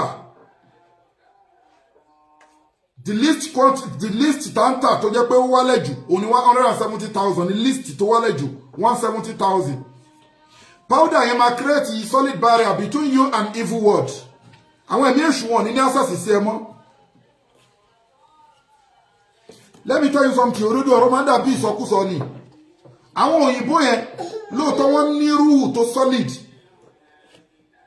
kì í ṣe gbogbo wọn ló belong wọn ọmọ ogun wo ẹni tó jẹ́ olórí olóògùn tó mọ̀gùn jù nínú ilẹ̀ Yorùbá wa yẹn kò tó òyìnbó tó ń ta tó ń ta recharge card ẹ ti understand dẹ̀wó ó ń forí èèyàn fọ́kọ mu ó ń lo ọmọ tuntun kò sí nǹkan tí kì í lò kò sí nǹkan tí kì í lò so agbára nǹkan tẹ́mi sọ fún agbára pọ̀ ọ̀nù ayé kọjá pé ká máa lo oògùn evil word wàláì ẹ̀rọ àwọn òyìnbó mi ṣe máa ń àwọn Chinese ní Nàìjíríà ó ní burúkú owó ìwọ́dẹ̀ ń jẹ odidi èèyàn báyìí wọ́n ti fi tòògùn fẹ́lòmíì odidi aboyún kò rí kankan ẹlòmíì orí òkúta ẹlòmíì ti lò ó ti lé ní 50 story ni èṣù kan tọwọ́ èèyàn bẹ̀ṣẹ̀ ni so àwọn nǹkan tó máa gbéyàn síwájú gẹ́gẹ́ bí làákàyè ti tèmi tó rẹwà náà dé àmúnú ayé mo padà rí pé no má lọ wá owó má wò ó ṣólẹ̀ má wá wúre ṣó mọ nǹkan tó máa wá anti àṣàsí tí wọ́n bá ti ní anti àṣàsí tí wọ́n pẹ́ evil eyes ò ṣiṣẹ́ lára èèyàn mọ́ àwọn tó ń porí èèyàn níbi wọn ń pè èèyàn kò sí nǹkan kan tó apple tí yàn ti block wọn then ṣó mọ̀ pé ó ti ní nǹkan tó lọ nǹkan fún yàn wàá lo life ẹ̀ natural ibi tí wàá ti mọ̀ ní àwọn olóògùn kan máa sọ fún ẹni tọ́wọ́ bá wà láyé ẹ̀ tọ́wọ́ ayé bá wà lára ẹ̀ wọ́n ní ṣoògùn owó fún oògùn owó wọn o rí pé o gbọ́ ṣòro ẹ̀ tó ṣoògùn tó gba 3 million lọ́wọ́ yẹn kì í ṣe nǹkan tó fẹ́ gbé fún ló jẹ́ 3 million ètùtù tí wọ́n fẹ́ ṣe ó mọ̀ ní wọ́n fẹ́ ṣe ètùtù fún wọ́n mọ̀ pé NAFDAC number ẹ̀ kò sí lọ́dọ̀ àwọn ẹlẹ́yẹ wọ́n fẹ́ bribe àwọn ẹlẹ́yẹ fún ogun owó wọn kò wọ́n kí ni wọ́n ń kó jọ gbogbo pé wọ́n ní kó lọ mú 10 million wá wọ́n ní kó lọ mú kíní kan wá ètùtù ní kó pa màálù wọ́n á gbé lọ síbi báyìí wọ́n á pa kíní kan wọ́n máa dà wọ́n ká pé àwọn nídìí kan báyìí káwọn tó lè súre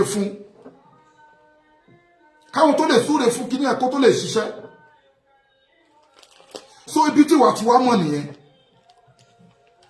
so àwọn náà ń jẹ́ kó mọ̀ pé tí bọ́dí èèyàn bá ti pure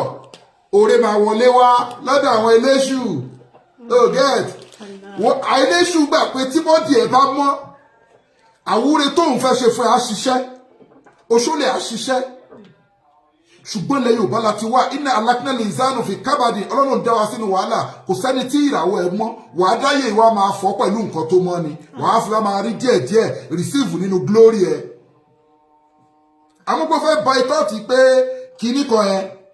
wàá máa náwó lọ ní o ó mọ̀ ṣètùtù ó mọ̀ ṣe gbogbo ẹ̀ ní kò sí ní lọ́bì kan so gbogbo rẹ̀ ní bẹ́ẹ̀ bá a gẹ́ẹ̀tì torí tó bá ṣẹ́gun ó jẹ́ ojú oorun ìbálòpọ̀ tó ṣẹ́gun gbogbo nǹkan wọ̀nyẹn ọ̀nà àlà iṣẹ́ mo fẹ́ kọ yìí so tọ́nà ìbádẹ̀ ti là irọ́ ti pín nìyẹn ẹ share program yìí the last number 5 ni mo fẹ́ kọ́ wa yìí o ẹ share program yìí mo fẹ́ káwọn èèyàn kí wọ́n jàǹfààní iṣẹ́ kódà ẹni tí wọ́n pé nǹkan ò lọ déédéé fún lọ ṣiṣẹ́ yìí lọ́la lọ ṣe ẹjọ́ gbẹ̀yìn tẹ́ bá wà lọ́nà láyà ti fẹ́ round up nǹkan tó máa lò tó ní jẹun lójú oorun tó ní níbálòpọ̀ ojú oorun tó rìnrìn ò ní rìn ẹ mọ́lẹ̀ tí ọ̀nà ẹ̀ á ṣí tí mi àádùn táyà kún òun fẹ́ kọ yín last kó dẹ̀ ṣe nǹkan tó wọ́n bẹ́ẹ̀ ni dẹ̀ lọ ṣe nǹkan tó bá dẹ̀ lágbára fi sákàǹtì àwọn ọmọ aláìní so aláwọn powder tó wà effective tẹ́ bá lò wọ́n ẹ̀mí òkùnkùn ní access sí ẹ bákan náà ni irú caterpillar wá ń sìn fún obìnrin tó ní ovulation problem tó fẹ́ fi inú ṣe tó fẹ́ ìgbọ́mọpọ̀n irú transformer tó bá gẹ́ẹ̀tì transformer àti caterpillar papọ̀ tó gẹ́ẹ̀tì mẹ́tẹ̀ẹ̀ta papọ̀ ọkùnrin tó mú nǹkan ọmọkùnrin ẹ̀ tí ó lè perform déédéé wàá perform nicely ẹni tí wọ́n ta lọ́fà tí nǹkan rìn lára ẹ̀ tálíjọ̀nù ń rìn lára ẹ̀ àbí tó ń gbé nǹkan sínú uterus inú womb ẹ̀ kó gẹ́ẹ̀tì miracle leaves kódà ẹni tó wá ń jẹun lójú oorun tó ní ìbálòpọ̀ ojú oorun mo fẹ́ kọ́ wa yìí kó gẹ́ẹ̀tì miracle leaves kó máa fi ṣanra ó tún lè mú torí pé kí ni níbi àrà jẹ oúnjẹ ó lè jẹ ìfù o ìbẹ̀rẹ̀ lómi ti ṣàgbákò o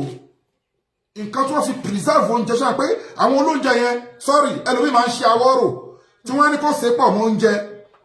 ṣe rí nǹkan tó ṣe pọ̀ mọ́ oúnjẹ yẹn ṣe mọ̀ pé ó gùn ni gbogbo ẹni tó bá jẹ́ ó fẹ́ lọ lẹ̀ mọ́nú wọn ni o òun dẹ̀ ń wá ká máa jẹun lọ́dọ̀ wọn everyday lóòótọ́ ẹ wà lọ máa jẹun lọ́dọ̀ everyday but nǹkan yẹn ó máa affect ìràwọ̀ ẹni yẹn bẹ́ẹ̀ náà ni ẹni tó ṣògùn ìfẹ́ sí ọkọ ẹ̀ tó fún jẹ láfúnjẹ ìfẹ́ àfúnjẹ máa affect àrísìkí so àní kúrò ń bí tábáríkà máa sọ bí tí ẹlòmíì ti rí damages nínú life kì í ṣe gbogbo ẹ̀ lógun ayé no damages pọ̀ yẹn gbọ́dọ̀ wà very careful gan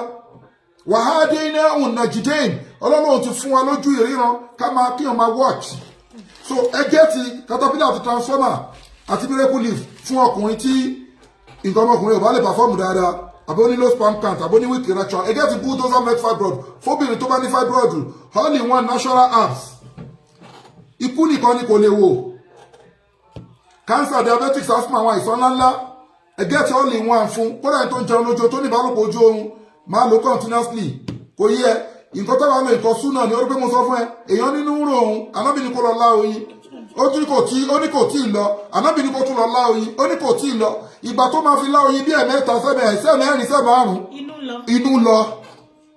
so faith ó necessary nínú nǹkan tí o bá fẹ́ rà ìgbàgbọ́ so mo máa ń sọ fún àyẹ̀pẹ́ tọkàn ò bá ti rọ̀ mo máa rà á o so all in one kò sí ikú nìkan ni kò lè wọ ẹ contact wa DHL la fi ń deliver ọjà wa all over the world adenojaji logistic company ní Nàìjíríà so iṣẹ́ wa dẹ̀ gba láàbù kọjá àwọn ìrírí tèmi dẹ̀ ń sọ àtàwọn nǹkan tèmi ń kó pọ̀jọ fún yín àwọn ẹ̀kọ́ tèmi kọ́ ní India ní China ní Arab country ní Asia continent mo dẹ̀ kọ́ ní Nàìjíríà láfíríkà iṣẹ́ tí bàbá mi tún ṣe ní ọmọ Ìlọrin ni mí wèrè kan ní bàbá sọ pé ọmọ Ìlọrin nìhun ọmọ Ìlọrin ni mí so alhamdulillah so ẹ bá wa gẹ́ẹ̀tì omi àgbọn ẹ gẹ́ẹ̀tì omi àgbọn ẹra àgbọn ẹgbẹ́ omi ẹ̀ sínú ibì kan ẹ wá gẹ́ẹ̀tì ẹyẹ adìẹ ìbílẹ̀ 3 fún ẹni tí ó ń jẹun lójú oorun tó ní ìbálòpọ̀ ojú oorun tí nǹkan fẹ́ máa dàrú fún tọ́nà ẹ̀ ò ṣí tọ́nà ẹ̀ ò là mo mọ̀mọ̀ kọ aṣínà àrísìkí sínú tọ́pìkì yẹn ni mo ti sọ last week kì í ṣe oògùn aṣínà àrísìkí nǹkan tí mo ń try àti sọ ni pé tí àwọn ogun wọ̀nyí bá ṣẹ́ wé èèyàn máa open you will see so mo dẹ̀ bá àwọn èèyàn wa wọn ò ní tó má rí pé ó ń jẹun lójú oorun àbí ìbálòpọ̀ ojú oorun wọ́n lè má kàákún mo fi kọ́ àrísìkí sí aṣínà sí ẹni tó lọ́n bá ṣẹ́gun ọ̀tá fún ọmọ ẹ̀ alánà ó ti yẹ yín kó má ní pé ìṣẹ̀ṣe ló ń ṣe yẹn so omi àgbọn ẹ fọ àgbọn ẹyọkan ẹ dà sínú ibì kan ẹ mú ẹyin adìyẹ ìbílẹ̀ 3 àbẹ́ní kódà ò lè lẹ́yọkan ò lè lo 2 ò dẹ̀ lè lo 3 ẹyin adìyẹ ìbílẹ̀ èyí tó bá lágbára ni kódà fi jẹ́ ìbílẹ̀ kó dẹ̀ ní o lè lo ẹyọkan bírèkì ẹ̀ kó dà sínú omi àgbọn yẹn ṣẹlẹ̀ kó sórí ọlọ wá gẹ́ẹ̀tì osùn àti ẹfun osùn àti ẹfun wá gẹ́ẹ̀tì ẹ̀ pẹ̀lú èpo ọ̀bọ̀ osùn ẹfun èpo ọ̀bọ̀ pẹ̀lú èpo ẹyin tó jó ẹyin ẹ̀ sínú ike kan sínú omi àgbọn yẹn èpo ẹyin ẹ wá lọ gbogbo nǹkan wọ̀nyẹn papọ̀ ó bá sì lọ papọ̀ wà wá da àwọn nǹkan tó lọ yẹn wà á kó wọn nínú ọlọ wà á kó wọn sínú ike tó gba omi àgbọn sí tó fọ́ ẹyin sí yẹn wà wá mix ẹ̀ pẹ̀lú ọṣẹ tó bá wù ẹ́ lọ́ra tùràrí bíntù àbí Miss Paris àbí danduala ẹni tùràrí tó bá mọ̀ pé wà tó lódọ̀ tó da any incense any perfume any scent wà mix ẹ̀ papọ̀ wà máa fọṣẹ ẹ̀ wẹ̀ amẹ́rin ọkàn ó máa jẹ tẹ́rì ọkàn bá ti ń jẹ máa fi nǹkan tó bá lágbára sákàǹtì àwọn aláìní ẹ̀rí ọkàn máa jẹ tó bá ti ń lò tó bá ṣe dáadáa tóró máa ṣe dáadáa torí wíẹ̀ máa open confam ni wíẹ̀ máa open so tó bá ti wá ń ṣe yẹn bó o tẹ̀ sọ fáwọn tó kọ̀ọ̀kan jẹ́kẹ̀rẹ́ ọkàn máa jẹ ipá kàǹtì àwọn aláìní dẹ̀ wà ń bẹ̀ yẹn o ọ̀fẹ́ ni wọ́n dẹ̀ fún mi kíní o òfin kan tó bá lágbára síbẹ̀ ọlọ́run á gbàdúrà wa o ọlọ́run ní dẹni kọ̀ọ̀kan wa láàmú gbogbo ẹni tẹ́ ń dá sétọ̀ ọmọ aláìní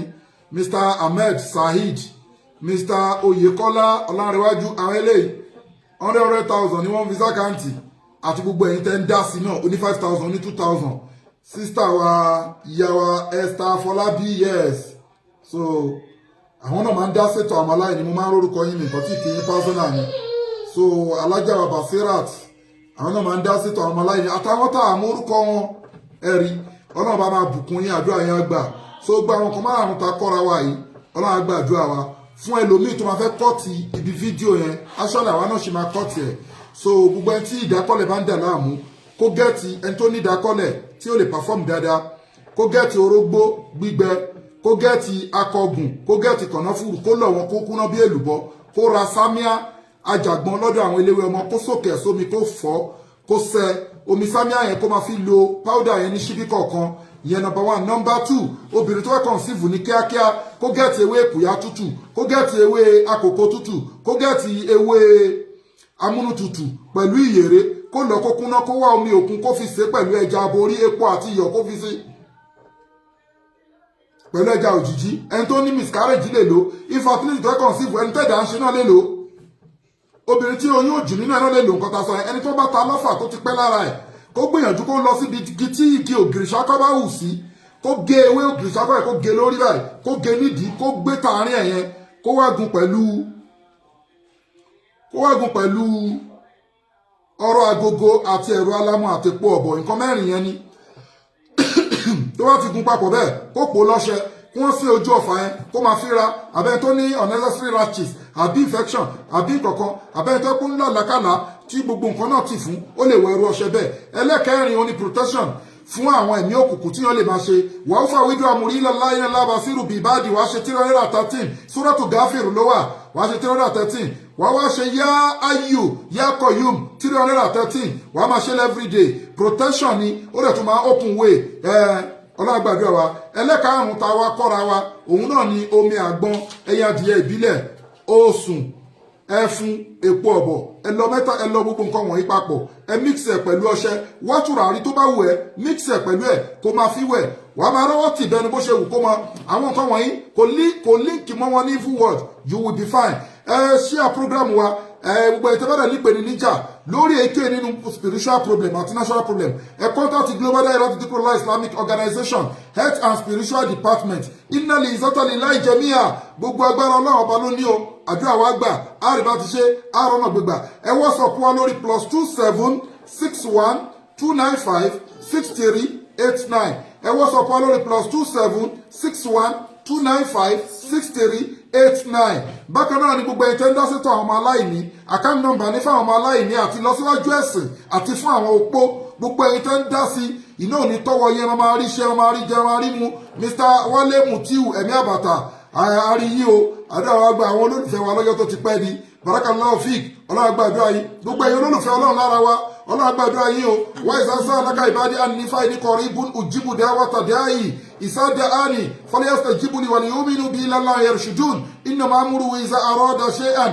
ayakuna lahu kun fayakun fasba ala allazi bi yadi malakutu kulli shay wa ilayhi turja'un wa inna jundana insha Allah lahumul ghalibun akan number fa wallahi 0123 214254 account number fún aláìní 0123 214254 Women Bank of Nigeria Global Dahiratu Dhikrlahi Islamic Organization èyíkéyìí nínú àìsàn èyíkéyìí nínú spiritual problem ẹ contact wa àti sọ fún ipa ní powder tó máa create evil word wọn ní access sí ẹ wọn monitoring spirit wọn ní access sí ẹ kọlù fún powder yẹn ẹ kọlù fún all in one ikú nìkan ni kò lè wò lórí èyíkéyìí nínú sickness prevention ni treatment ni cure ni ẹgbẹ̀gbẹ̀ gẹ́tẹ̀ bákan náà ni ọkùnrin tó pé kò lè perform another weak erection low sperm count quick ejaculation ẹgẹ́tì transformer àti caterpillar àti miracle leaf papọ̀ obìnrin tó gbé nǹkan sínú womb ẹ̀ tó gbé nǹkan sínú uterus ẹ̀ abẹ́ni tálíjọ̀nù wà lára ẹ̀ abẹ́ni tí wọ́n ta lọ́fà ẹgẹ́tì miracle leaf bákan náà ni 2.5 digital memory booster fún ọmọdé àbágbàlagbà tó ń gbàgbé nǹkan àbí wọ́n kó làákà èèyàn ẹgẹ́tì ẹ̀ bákan náà ni ẹgẹ́tì bulldozer melt fibroid ẹgẹ́tì ẹ̀ fún obìnrin tó ní fibroid àbí tó ní blockage tube gbogbo àwọn nǹkan tó a kà sílẹ̀ yìí ètò ìwòsàn ni bẹ́ẹ̀ náà ni a ní àwọn powder náà fún ètò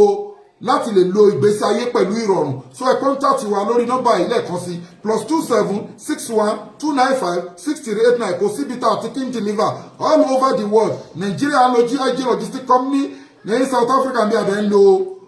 DHL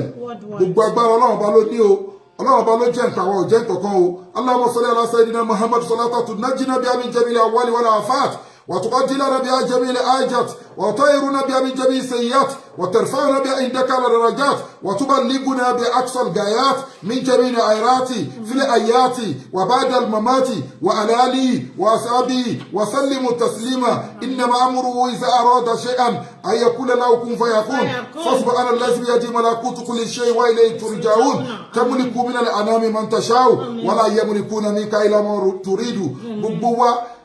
la lọ́ta ọlọ́run bá wa ṣẹ́gun ọ̀tá bá wa ṣẹ́gun ọ̀tá má yẹ kágbára ọ̀tá ká wa mọ́ wọlá tí tóbi ọlọ́run waradallahu allazina kafaru bigayzihi lam yanalu khayran wa kafa Allahu al-mu'minina al-qitala wa kana Allahu qawiyyan aziza waradallahu allazina kafaru bigayzihi lam yanalu khayran wa kafa Allahu al-mu'minina al-qitala wa kana Allahu qawiyyan aziza Allahu waliyyul ladzina amanu يخرجون من الظلمات إلى النور والذين كفروا أولياء الطاغوت يخرجون من النور إلى الظلمات أولئك أصحاب النار هم فيها خالدون لا حول ولا قوة إلا بالله العلي العظيم السلام وإلى اللقاء